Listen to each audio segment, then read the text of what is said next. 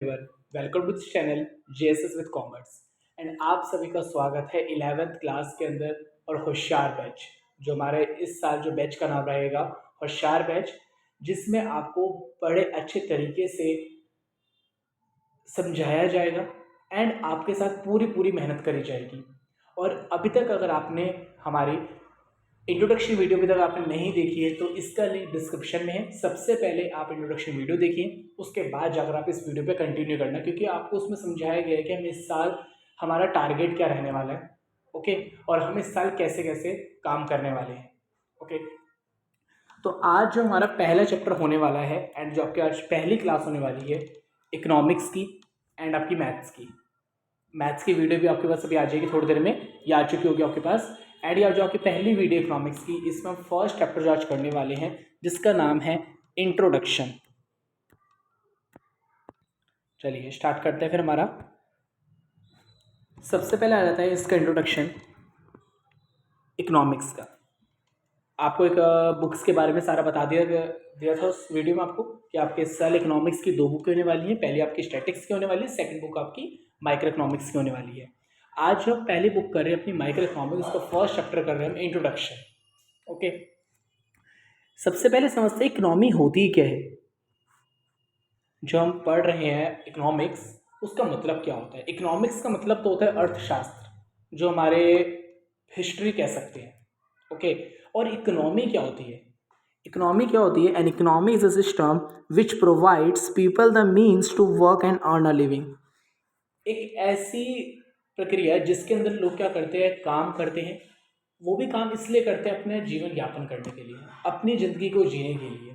क्योंकि आज के टाइम में या पहले के टाइम में भी अगर कुछ सामान चाहिए होता है तो हमारे को उसके लिए सबसे पहले पैसों की ज़रूरत होती है। ठीक है, तो अगर हमारे को सबसे पहले पैसे की ज़रूरत है तो हमारे को पैसा कमाने के लिए कुछ तो काम करना पड़ेगा हमारे को। अगर आपको इकोनॉमी के अंदर रहना है तो आपको कुछ ना कुछ तो काम करना पड़ेगा। तो इकोनॉमी का मतलब क्या होता है? एक ऐसा सिस्टम होता है जिसमें लोगों को काम दिया जाता है, जिसकी वजह से लोग क्या करते हैं, अपना जीवन यापन करते हैं। जैसे कि आपके फादर हो गए या हमारे फादर हो गए, आपके मदर, जो भी काफ़ी लोग काम कर रहे हैं। क्यों? अपनी फैमिली के लिए। आपको कुछ भी खरीदना है उसके लिए पैसे चाहिए होते हैं, और पैसे आने के लिए कुछ ना कुछ काम करना पड़ता है। पैसों को पाने के लिए कुछ ना कुछ काम करना पड़ता है। जो पैसा पाने के लिए जो काम कर रहे हैं उसको कहते हैं इकोनॉमी। तो इकोनॉमी का इतना मतलब समझ आ गया होगा आपको। एक इकोनॉमिक ऐसी प्रक्रिया है जिसके अंदर लोग काम करते हैं अपना जीवन जीने के लिए।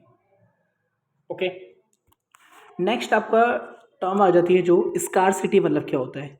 Scarcity refers to limitation of supply in relation to demand for a commodity. Scarcity की अगर मैं एक सिंगल वर्ड में बात करूँ, इसका हिंदी मीनिंग जो होता है, इसका हिंदी मीनिंग होता है कमी। ठीक है, इट मीन्स लैक, LACK। जब भी हमारी इकोनॉमी के अंदर डिमांड बहुत ज़्यादा होती है बट सप्लाई बहुत कम होती है, उसको कहते हैं स्कार्सिटी। जैसे कि आप एक शॉप पे गए, आपने कहा अंकल मुझे 10 बिस्किट दे दो। ओके, बट उनके पास खाली 2 ही थे बस, उसको कहते हैं स्कार्सिटी। स्कार्सिटी मतलब क्या होता है? जब एक हमारी अर्थव्यवस्था के अंदर जब हमारे पास सामान की कमी होती है, जितनी डिमांड लोगों की होती है बट इतनी मार्केट में सप्लाई नहीं होती है, उसको हम कहते हैं स्कार्सिटी। आपने स्कार्सिटी लॉकडाउन के टाइम पे देख ही ली होगी, कितनी कमी थी हमारी इकोनॉमी के अंदर सामानों की। मैगी की बात करें, उसका प्राइस तो 10 रुपीज़ था, 11 रुपीज़ था, बट उसकी डिमांड बहुत ज़्यादा थी, खरीदने वाले लोग बहुत ज़्यादा थे, बट मैगी प्रोड्यूस तो हो नहीं रही थी। कह सकते हैं डिमांड बहुत ज़्यादा थी बट सप्लाई क्या थी? बहुत ही ज़्यादा। डिमांड बहुत ज़्यादा थी बट सप्लाई तो बहुत कम थी, क्योंकि कह सकते हैं मैगी तो बन नहीं रही थी। तो ऐसे टाइम पे स्कार्सिटी हो गई थी।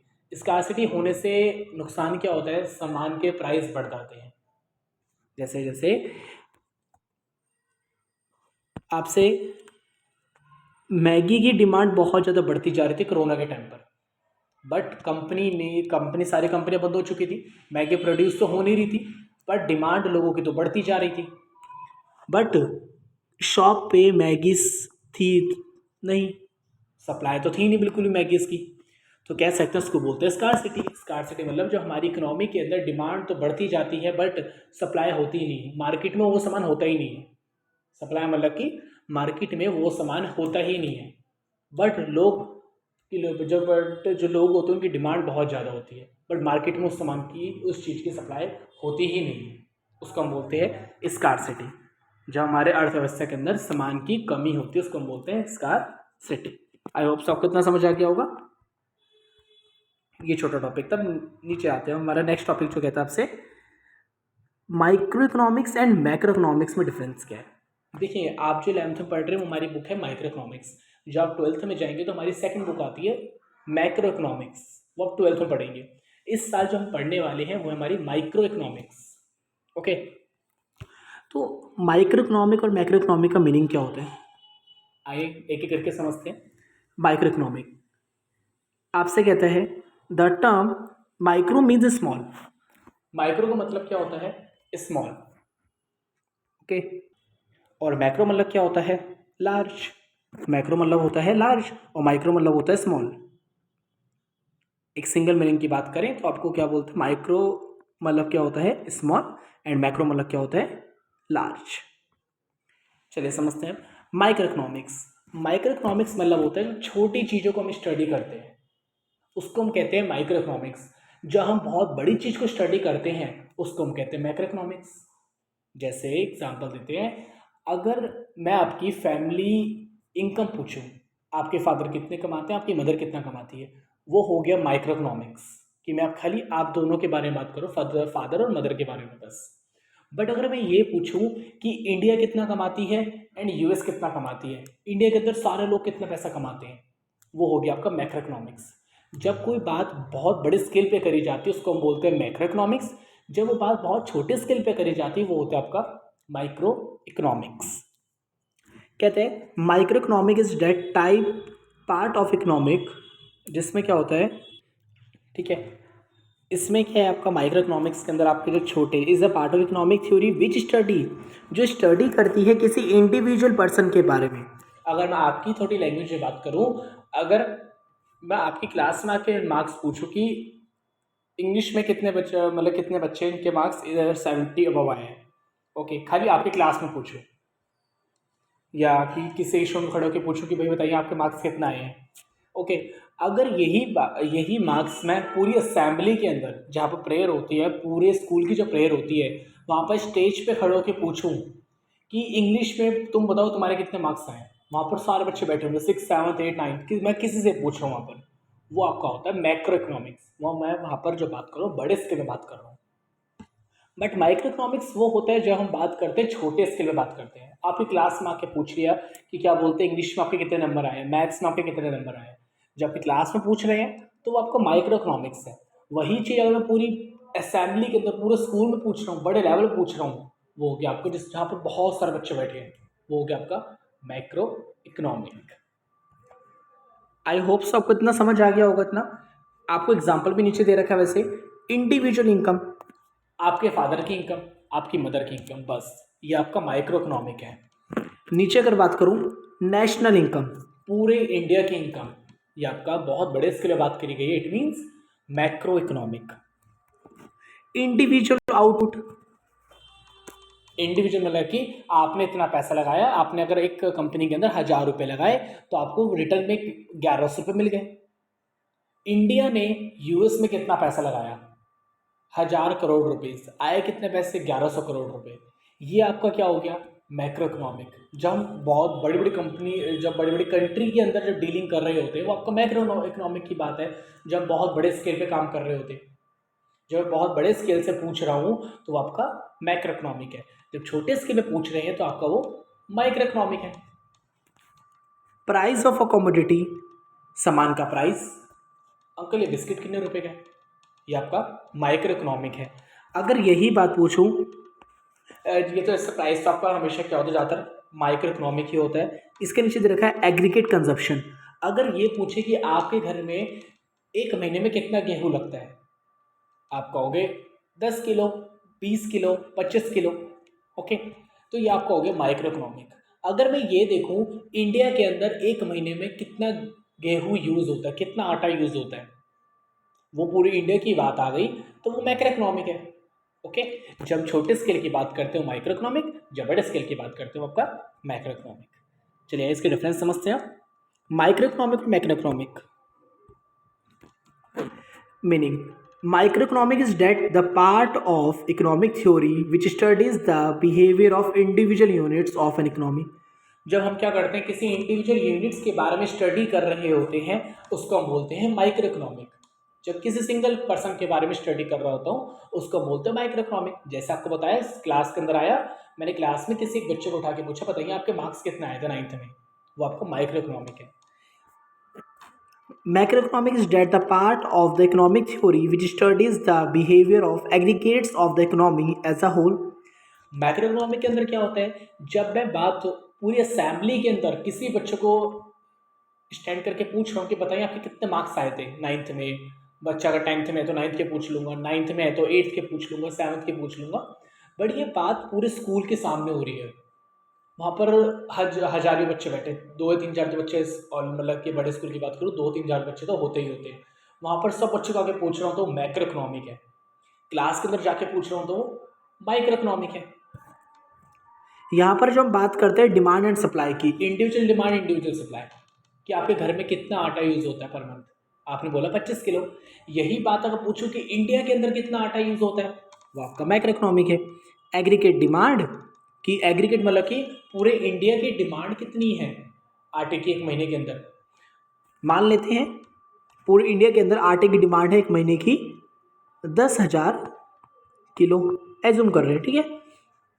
बट सप्लाई कितनी है, 9,000 किलो। सप्लाई कम है, इट मीन्स, ठीक है। तो अगर हम पूरी कंट्री के अंदर बात करते हैं डिमांड एंड सप्लाई की, इसको बोलते हैं एग्रीगेट। एग्रीगेट का मतलब होता है टोटल। एग्रीगेट का मतलब होता है आपका टोटल। अगर मैं टोटल डिमांड की बात, टोटल सप्लाई की बात कर रहा हूँ, तो वो आपका हो जाएगा मैक्रो इकोनॉमिक। यही खाली बस आपके मैं घर में से पूछ रहा हूँ कि आपके घर में कितना आटा यूज होता है, वो आपका है माइक्रो इकोनॉमिक। चलिए, इसका बेसिक कंसेप्ट क्या है, ये इसका एम ये होता है डिटरमाइन करना प्राइस ऑफ द कमोडिटी या फैक्टर ऑफ प्रोडक्शन। अगर मैं किसी से प्राइस पूछ रहा हूँ किसी चीज़ का कि ये इस बिस्किट का प्राइस कितना है, 10 रुपीज़, 20 रुपीज़, 5 रुपीज़, वो आपका हो जाएगा माइक्रो इकोनॉमिक।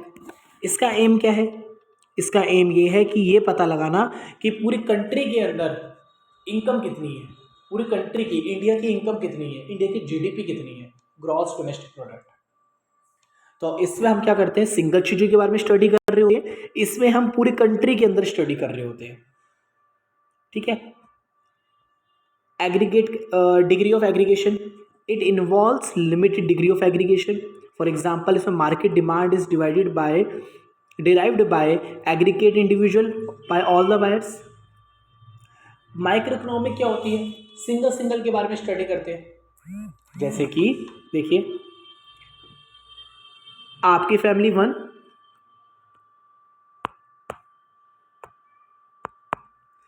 आपकी फैमिली 1 प्लस मेरी फैमिली 2 प्लस अदर पर्सन की फैमिली 3 प्लस अदर पर्सन की फैमिली 4। जब मैं इस पर्सन के घर गया, माइक्रो इकोनॉमिक था वो। जब मैं इसके घर गया, माइक्रो इकोनॉमिक था। मैं ये पूछने गया था कि आपके घर में पर मंथ कितना आटा यूज़ होता है। जब मैं फैमिली 3 के घर पे गया, उन्होंने बताया। फैमिली 4 के घर पे गया तो उन्होंने बताया। ये तो सारा क्या आपका इंडिविजुअल की बात करी जा रही है। बट अगर इन्होंने कहा मेरे घर में 20 किलो आटा यूज़ होता है, तो ये इसको बोलेंगे माइक्रो इकोनॉमिक, क्योंकि मैं एक जने के बारे में बात करी थी मैंने उस समय। इसने बोला मेरे घर में 10 किलो आटा यूज़ होता है, इसने बोला मेरे घर में 40 किलो आटा यूज़ होता है, और इसने बोला मेरे घर में 60 किलो आटा एज्यूम कर लेते हैं यूज़ होता है। ये सारा आपको माइक्रो इकोनॉमिक था। बट अगर मैं सबको सम कर दूं, इट मीन 60 + 40 100, 100 + 10 110, 110 + 20 130, आंसर आ गया आपका 130। ये क्या आपका मैक्रो इकोनॉमिक्स। बट इंडिविजुअल बारे में बात करेंगे तो हमारा हो जाएगा माइक्रो। टोटल कर देंगे सबका तो वो आपका बन जाएगा मैक्रो। इतना समझ आ गया। तो यही कह रहे हैं, तो माइक्रो इकोनॉमिक्स भी बहुत काम की चीज़ है, क्योंकि जब तक आप माइक्रो इकोनॉमिक्स नहीं करोगे, तब तक आपका टोटल सब नहीं आ सकता। तो माइक्रो इकोनॉमिक करने से क्या आंसर आता है, मैक्रो इकोनॉमिक का आंसर आता है। माइक्रो इकोनॉमिक का सम कर लो तो आंसर क्या आता है आपका मैक्रो इकोनॉमिक।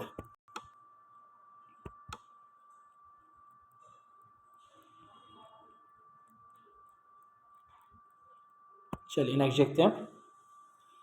अब आपसे कहता है बेसिक अजम्पशन क्या है इसकी। It assume all the macro variables to be constant.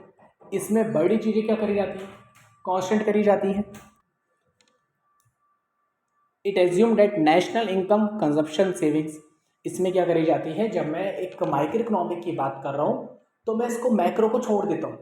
It means जब मैं फैमिली वन से बात करने गया उस समय मुझे इंडिया के बारे में नहीं सोचना, उस समय मुझे खाली क्या सोचना है, छोटे के बारे में सोचना है कि एक छोटे से घर के बारे में सोचना है, मुझे पूरे इंडिया के बारे में नहीं सोचना। जब फैमिली टू के घर पे गया तो मुझे उस समय फैमिली टू के बारे में सोचना है, ना कि मुझे पूरे इंडिया के बारे में सोचना। उससे मुझे इंडिया को इग्नोर कर देना है, उससे मुझे खाली उस फैमिली पे देखना है कि उस फैमिली में कितना आटा यूज होता है पर मंथ। ओके, तो यही आपसे कहा जाता है जब माइक्रो इकोनॉमिक की बात कर रहे होते हैं उस समय हम क्या कर देते हैं, मैक्रो को भूल जाते हैं। इस पॉजिटिव इसमें जब हम क्या कर रहे होते हैं, मैक्रो की बात करते हैं तो उसमें माइक्रो को भूल जाते हैं। जब मैं पूरे इंडिया की बात कर रहा हूँ, पूरे इंडिया में कितना आटा यूज होता है, तो मैं एक पर्सन के बारे में ध्यान नहीं दूंगा। पूरे इंडिया, अगर पूरे इंडिया की बात करूँ कि पूरे इंडिया में कितना आटा यूज़ होता है एक महीने के अंदर, तब मैं माइक्रो को भूल जाऊंगा, तब मैं खाली ध्यान दूंगा बस एक मैक्रो पे। कहने का मतलब ये हुआ, अगर मैं आपकी क्लास में आया था मार्क्स पूछने के लिए, आपकी क्लास में आया था मैं, तो वो आपका माइक्रो इकोनॉमिक्स है, उस समय मैं पूरे स्कूल के बारे में नहीं सोचूंगा। और जब मैं पूरी असेंबली के अंदर 2000 बच्चों के बीच में मार्क्स पूछ रहा हूँ तो उस समय मैं आपकी क्लास को भूल जाऊंगा। ऐसे ही होता है ना। तो इसलिए कहा जाता है जब माइक्रो की बात कर रहे होते हैं तो आप मैक्रो भूल जाओ, जब मैक्रो की बात कर रहे हो तो आप माइक्रो भूल जाओ। इसमें क्या कराता है, constant, no change, it means no change, बिल्कुल जीरो मान ले। जब मैं माइक्रो की बात कर रहा हूँ तो मैक्रो को मैं जीरो कर दूंगा, जब मैं मैक्रो की बात कर रहा हूँ तो माइक्रो को जीरो कर दूंगा। आया था समझ। दूसरा, इसका अदर नेम है प्राइस थ्योरी माइक्रो इकोनॉमिक्स का, एंड मैक्रो इकोनॉमिक्स का अदर नेम है income and employment theory. Example क्या कहते हैं, इंडिविजुअल इनकम इंडिविजुअल आउटपुट। इसका एग्जाम्पल क्या है, national income national output. Individual income आपकी इनकम, आपके जो फादर की इनकम, वो मेरी क्या है, माइक्रो इकोनॉमिक है। इंडिविजुअल आउटपुट, कितना पैसा लगाया था, कितना पैसा आ गया वापस। आपने आज एक कंपनी में कितना पैसा लगाया था, 1000 रुपये लगाया था, उससे वापस कितना है, 1100 रुपये है। नहीं समझाता छोड़ सकते हो, कोई दिक्कत नहीं है, बस खाली आप ये समझ लो इंडिविजुअल इनकम, आपकी इनकम कितनी है वो आपका माइक्रो इकोनॉमिक्स है, पूरे इंडिया की इनकम कितनी है वो आपका मैक्रो इकोनॉमिक है। ओके, और इंडिविजुअल आउटपुट मतलब होता है कि आपने अगर 1000 रुपये लगाए हैं उसके बिहार पर 1100 रुपये आ गए, 100 रुपये एक्स्ट्रा हैं, वो है बस आपका माइक्रो इकोनॉमिक्स। इंडिया ने यूएस में कितने पैसे लगाए थे, पूरी इंडिया ने 1000 करोड़ रुपए लगाए थे, वापस कितना है, 1100 करोड़ रुपए। इस बार 100 करोड़ का प्रॉफिट हो गया, पूरे इंडिया का हुआ है, बट वो मैक्रो इकोनॉमिक की बात है। खाली अगर मैं इंडिविजुअल आपकी बात करूँ कि आपने कितना पैसा लगाया था, माइक्रो इकोनॉमिक्स, पूरे इंडिया ने कितना पैसा लगाया था, वो macro economic. Okay, I hope so आपको इतना समझ आ गया होगा। अब हमारा आ जाता है next topic, positive and normative economics. आपका आता है पॉजिटिव इकोनॉमिक क्या होता है, एक नॉर्मेटिव इकोनॉमिक क्या होता है, एक एक करके समझते हैं। पहला आता है positive economics. Positive economics deals with what are economic problems and how do they are actually solve. इसमें ये देखा जाता है कि प्रॉब्लम क्या है और उसका सॉल्यूशन क्या होगा। बट नॉर्मेटिव में ये देखा जाता है deals with what ought to be and how to economic problem should be solved. इसमें ये देखा जाता है कि इस प्रॉब्लम को सॉल्व कैसे करना चाहिए। ओके, तो अगर हम सीधी भाषा में कहें ना, पॉजिटिव के अंदर ना आप सच में काम करते हो, नॉर्मेटिव में ना बस आप खाली सोचते रहते हो कि यार कैसे करना चाहिए। जैसे कि बहुत बच्चे होते हैं, जैसे मान लेते एक ए है, जिस बच्चे का नाम ए है, वो बच्चा क्या कर रहा है, वो बच्चा सोच रहा है मुझे ना इस साल 12th में ना 11th में, जैसा आप 11th में तो 11th में मुझे ना इस साल 90% लेके आने और मुझे आज से पढ़ना स्टार्ट करना है। वो बच्चा पढ़ रहा है आज से, वो हो गया पॉजिटिव इकोनॉमिक। नॉर्मेटिव मतलब क्या होता है, यार कैसे मुझे 90% लाने हैं, कैसे लाना चाहिए मुझे 90%, लोगों से पूछना, दोस्तों से पूछना कि भाई मैं क्या से पढ़ूँ, क्या करूँ, करेगा कुछ नहीं बच्चा। वो बस खाली सोचता रहेगा, सारा दिन सोचता रहेगा बस खाली कि मैं कल से पढ़ूंगा, नहीं परसों से पढ़ूंगा, ऐसे अच्छे करता रहता है। उसको बोलते हैं नॉर्मेटिव इकोनॉमिक, जिसमें इंसान करता तो है, करना तो चाहता बट करता नहीं है कुछ भी। पॉजिटिव मतलब कि इंसान क्या करता है उसके ऊपर उसी समय क्या करता है, एक्शन लेता है। तो आपका इसलिए लिखा हुआ है पॉजिटिव इकोनॉमिक डील करता है इकोनॉमिक की प्रॉब्लम क्या है और उसको कैसे सॉल्व करना है। वो खुद सोचता है, वो चीज़ को सोचता है कि इसको मुझे प्रॉब्लम को सॉल्व कैसे करना है। मुझे 90% लेके आना तो मुझे 90% कैसे लेके आने, सोचेगा और तभी एक्चुअल में काम करना स्टार्ट कर देगा उसके ऊपर, तभी कर देगा स्टार्ट। नॉर्मेटिव मतलब क्या होता है कि इसमें नॉर्मेटिव इकोनॉमिक डील करता है व्हाट ऑट टू बी, कैसे कर सकते हैं, क्या कर सकते हैं, इकोनॉमिक प्रॉब्लम को सॉल्व कैसे करना चाहिए। इसमें खाली वो सोचता रहता है, इंसान करता कुछ नहीं है, खाली सोचता रहता है बस। दोनों के एग्जाम्पल की बात करूं, इंडिया एक ओवर पॉपुलेटेड कंट्री, आपको पता है हमारी इंडिया की पॉपुलेशन बहुत ज़्यादा है और अभी रिसेंटली इंडिया फर्स्ट नंबर पर आई पॉपुलेशन के अंदर पूरे वर्ल्ड के अंदर। Price are constant rising, price क्या होते जा रहे हैं, कांस्टेंट से राइज बढ़ते जा रहे हैं प्राइस, जैसे जैसे पॉपुलेशन बढ़ती जा रही है। उसको कैसे कंट्रोल करना है, बस सीधा एक्शन लिया जाएगा इसके अंदर। नॉर्मेटिव के अंदर India should not be over populated, मतलब कि कह सकते हैं कि कुछ भी बोलना, कुछ भी बोलना, कुछ मतलब कह सकते हैं, कोई एक सेंस ना होना बातों की। इसमें कहते हैं कि इंडिया की पॉपुलेशन को कम होना चाहिए, बस ये कहते हैं कि इंडिया की पॉपुलेशन कम हो जाए बस। कैसे पॉसिबल है, कोरोना आया था वो बात अलग थी, बट एज इसमें ये कहा जा रहा है कि प्राइस हमारे को गिरानी है, प्राइस को कम करना है। और कैसे करना है, पॉपुलेशन कम करनी है, पॉपुलेशन कम करनी है, ये सोच के क्या करना है, प्राइस को कम करना है। मान लेते हैं आपको तो प्राइस कितने बहुत हाई अच्छे टाइम में जो प्रोडक्ट्स का प्राइस कितना ज़्यादा, जैसे कह सकते हैं आपका पेट्रोल ही हो गया कितना महंगा है। अब ये कहा जा रहा है कि पेट्रोल का प्राइस कम करना है, बट कैसे, पॉपुलेशन को कम कर देना है, बस पॉपुलेशन कम कर दो। क्या है पॉसिबल है ऐसे कि पॉपुलेशन कम कर दो, बस बोल दिया और हो गया पॉपुलेशन कम हो गई, नहीं। बट पॉजिटिव में क्या कहा उन्होंने, इंडिया की पॉपुलेशन बहुत क्या है, ज़्यादा है, हमारे को प्राइस को कंट्रोल करना है। प्राइस कैसे कंट्रोल करें, कैसे कर सकते हैं, सप्लाई बढ़ा सकते हैं। प्राइस बढ़ता कब है, जब सामान मार्केट में होता नहीं है बट लोग उसको खरीदना चाहते हैं। एक मान लेते एक बिस्किट है, ओरियो बिस्किट है, कंपनी उसको बना नहीं रही है ओरियो बिस्किट, बट लोग खरीदना चाहते हैं। मार्केट में बिस्किट ही नहीं है ओरियो का, जिसके पास भी शॉपकीपर के पास थोड़ा बहुत बचा होगा वो 10 का नहीं बेचेगा, वही बिस्किट वो 15 का बेचेगा। क्यों, क्योंकि उसको पता है पीछे से सप्लाई है ही नहीं, पीछे से सामान आ ही नहीं रहा, बिस्किट्स आ ही नहीं रहे पीछे से, बट लोगों की डिमांड्स बढ़ती जा रही है, बढ़ती जा रही है। आई होप सो आपको इतना समझ आया होगा कि पॉजिटिव मतलब क्या होता है, आपको क्या करना है, इस प्राइस को कंट्रोल करना है। इसमें सही तरीके से दिमाग से बात करी जाती है। नॉर्मेटिव में कुछ भी बात करी जाती है, नॉर्मेटिव में कह रहा है कि प्राइस को कम करना है, कैसे, पॉपुलेशन को खत्म करना है। पॉसिबल ही नहीं है पॉपुलेशन को मार दो आप, कोरोना आया तो वो बात अलग थी, पर वैसे तो हम मार ही नहीं सकते, पॉपुलेशन को तो खत्म नहीं कर सकते कि 160 करोड़ की पॉपुलेशन है, वो 100 करोड़ रह रहे, 60 करोड़ लोगों को हम मार दें, ऐसा तो पॉसिबल है नहीं ना। चलिए इसका डिफरेंस आया था आपका, फिर कहता है पॉजिटिव एंड नॉर्मेटिव, ये डील करता है what is and how economic problem actually solve, इसमें इकोनॉमिक प्रॉब्लम किस तरीके से सॉल्व होगी, दिमाग से सोचा जाता है इसके अंदर। इसमें बस खाली बातें करी जाती हैं कैसे करना चाहिए इकोनॉमिक प्रॉब्लम को सॉल्व। बहुत सारे आपने देखा होगा हमारी फैमिली के अंदर होते हैं कि बहुत सारे लोग ना खाली बातें करते रहते हैं। ये जैसे इलेक्शंस आपको पता है, जैसे हमारे इलेक्शंस आने वाले जो दिल्ली के अंदर 19 अप्रैल को इलेक्शन है, बहुत से लोग ना बातें कर रहे होते घरों के अंदर, बीजेपी को ये करना चाहिए, बीजेपी को वो करना चाहिए, बस खाली बातें करते हैं। वहाँ पर जाके खड़े होकर बोलते नहीं है कुछ भी, जब बोलने की बारी आती है तब बोलते कुछ नहीं है। अगर आपको लगता है कि ऐसा होना चाहिए तो जाके आप क्या कर सकते हैं, मतलब कि एक प्रोटेस्ट कर सकते हैं आप उस चीज़ के लिए। ओके, तो आप वहाँ पर खड़े होकर बाद मतलब कि आप अपनी आवाज़ उठा सकते हो, बट नहीं, खाली बोलते रहते घर में बैठ के बस कि बीजेपी को ये करना चाहिए, आम आदमी पार्टी को ये करना चाहिए, इसको ऐसे नहीं ऐसे करना चाहिए। एक्शन कुछ नहीं लेते, बस खाली बोलते रहते। बट कुछ लोग ऐसे हैं जो बोलते भी हैं और करते भी हैं, प्रोटेस्ट करते हैं उस चीज़ का, ऐसे नहीं ऐसे करना, ऐसे करना है, ठीक है, आवाज़ उठाते उस चीज़ के लिए, वो होते हैं आपके पॉजिटिव, जो लोग आवाज़ उठाते हैं। जो लोग खाली बस बोलते ही रहते हैं उसको हम बोलते हैं नॉर्मेटिव। वेरिफिकेशन, इसका डेटा पूरी अच्छी तरीके से क्या होता है, वेरीफाइड होता है, बट इसका डेटा बिल्कुल भी वेरीफाइड नहीं होता है। ओके, इसका डेटा हमारा वेरीफाइड होता है एक पॉजिटिव का, नॉर्मेटिव का डेटा हमारा वेरीफाइड नहीं होता है। पर्पस की बात करूं, इसका एम ये है real description of an economic activity.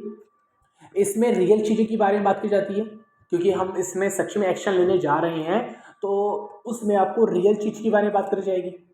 जैसा आप देखो बहुत से क्लास में ना, मतलब हमारे फ्रेंड्स होते हैं जो फेंकते बहुत हैं, आपके भी मे भी शायद होंगे एक दो फ्रेंड्स, जो एक तो कुछ बच्चे होते हैं जो कहते हैं कि यार मैं ना कल पापा ना क्या बोलते हैं गाड़ी लाने वाले हैं, सच में लाने वाले होते हैं, उसको बोलते हैं पॉजिटिव।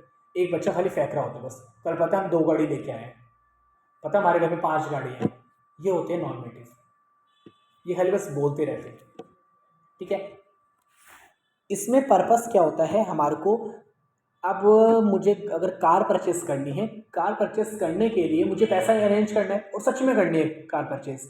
अगर मुझे सच में ही कार परचेस करनी है तो मैं पैसा अरेंज करना स्टार्ट कर दूंगा, तो मैं रियल चीज़ों के बारे में बात करूंगा कि मेरे अकाउंट में कितने पैसे पड़े हैं, मैं सब चीज़ें एक्चुअली में वेरीफाइड रखूंगा, पूरी सही से पूरी स्टडी करूँगा उस चीज़ के बारे में। बट अगर खाली मुझे बातें करनी है, कहूँगा मुझे गाड़ी खरीदनी है, मुझे गाड़ी खरीदनी है, मेरे पास अकाउंट में 5 लाख रुपये पड़े हैं, होंगे नहीं बट 5 लाख रुपये होंगे, खाली 3 लाख रुपये, बस वो सोचूंगा कि मेरे अकाउंट में मेरे पैसे वहाँ से भी आने वाले होंगे, मेरे पैसे वहाँ से भी आने वाले होंगे। ये सारे तरीके क्या होता है आपके नॉर्मेटिव इकोनॉमिक्स।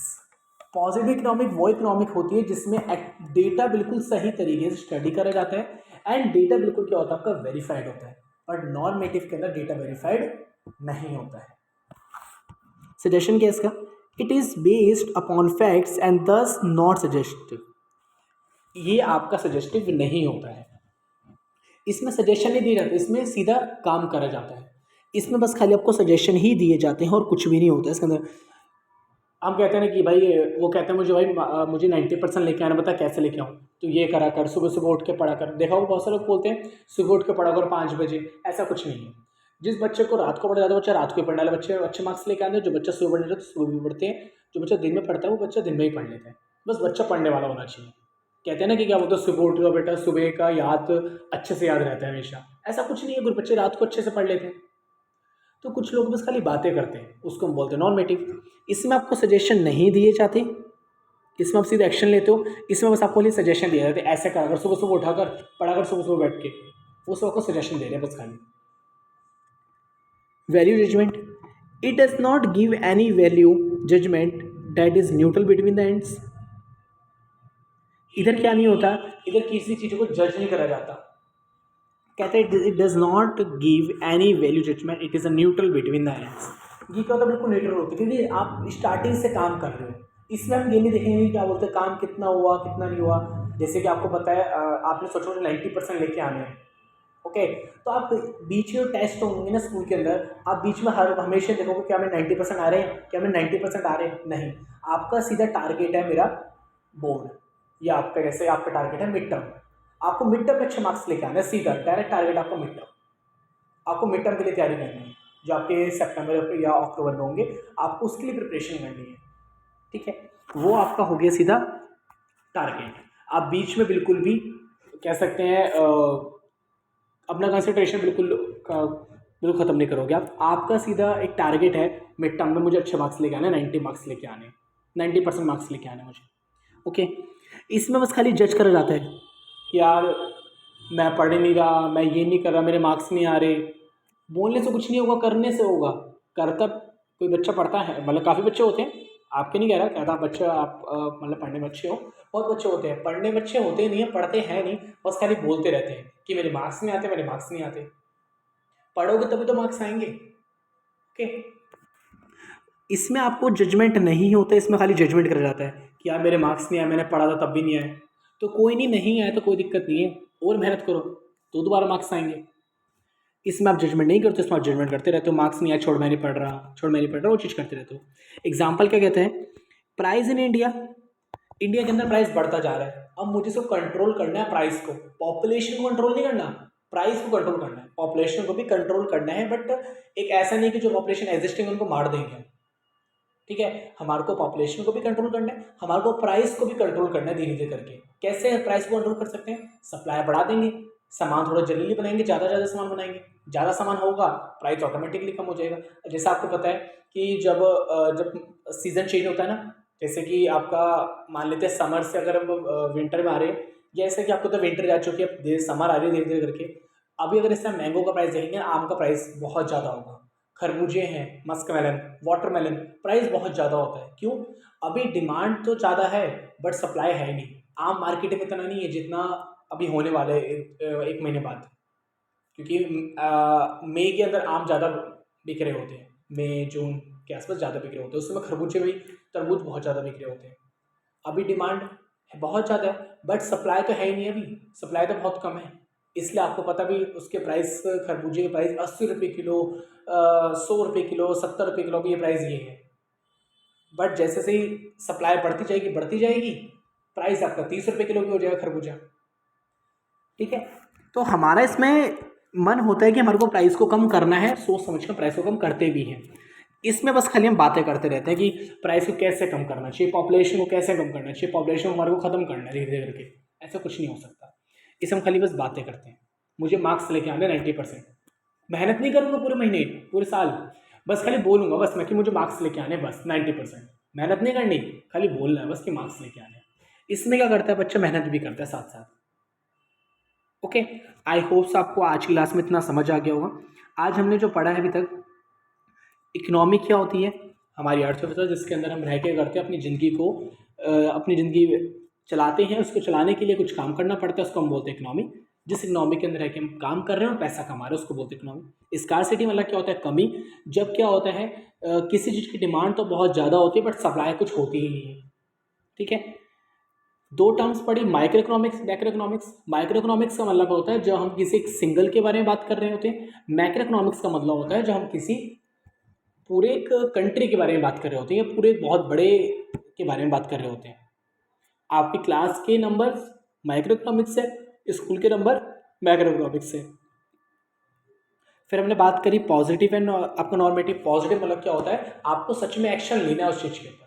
नॉर्मेटिव में बस आपको खाली बस बातें करनी है, बस और कुछ नहीं, एक्शन नहीं लोगे आप, खाली बस बातें करोगे, बातें बस। पर पॉजिटिव में हम एक्शन भी लेंगे। आज की क्लास आपकी ओवर होती है और आपको जैसा कहा गया था कि आपको आफ्टर द क्लास, जैसे क्लास आपकी एंड होगी, आपको होमवर्क दिया जाएगा। तो आपका होमवर्क आज का यही है कि जितना आपको पढ़ाया आज, आपको पहले अच्छे से पढ़ना है एंड उसको अगर आप बना के लिखते हैं तो अच्छी बात है। अगर आपको याद करना है तो वो भी कोई दिक्कत नहीं, वो आप याद भी कर सकते हो। इसलिए आपके लिए थोड़ा छोटा छोटा लिखा गया है। जिस बच्चे को याद करना है, बच्चे के लिए याद करना भी सुटेबल हो, आराम से बच्चा कर सके। जो बच्चा बना के लिखेगा तो वो भी अच्छी बात है, कोई दिक्कत नहीं है। बस आपको करना है जल्दी से, आपको बहुत सारा कॉन्टैक्ट इन्फॉर्मेशन दे रखी है, आपको उसके द्वारा मुझे आपको कॉन्टैक्ट करना है कि आप मुझे अपना होमवर्क सेंड कर सको। ओके, तो आपको अपना होमवर्क मुझे टाइम टू टाइम सेंड करना है, जिसकी मैं आपका होमवर्क चेक कर सकूं एंड जो भी आपकी मिस्टेक्स हैं मैं आपके इम्प्रूव कर सकूं। ओके, और अगर आपको कोई डाउट होता है तो आप मुझे डाउट कभी भी मुझे मैसेज कर सकते हो। अगर छोटा डाउट है तो आप मुझे कमेंट से मैसेज कर सकते हो। आपको जल्दी से जल्दी as soon as around 4 to 5 hours के अंदर आपको उसका रिप्लाई जल्दी ही मिल जाएगा। वैसे तो आपको उससे 4 to 5 आवर्स, आपको फिर भी कह रहा हूँ, आपको जल्दी उसका रिप्लाई मिल जाएगा। अगर आपको एक बड़ा डाउट है तो आपके लिए एक ऑनलाइन क्लास भी कंडक्ट करी जाएगी, जो कि फ्री ऑफ कॉस्ट है, कोई चार्जेस नहीं है। दूसरी बात, ये जो आपके नोट्स हैं आपको डिस्क्रिप्शन में मिल जाएंगे। इसके नोट्स आप इसको PDF में आप इसको डाउनलोड कर सकते हो या इसकी हार्ड कॉपी भी निकलवा सकते हो। ओके, तो आपकी क्लास आज यहीं एंड होती है। अब हम मिलेंगे इकोनॉमिक्स की क्लास में परसों।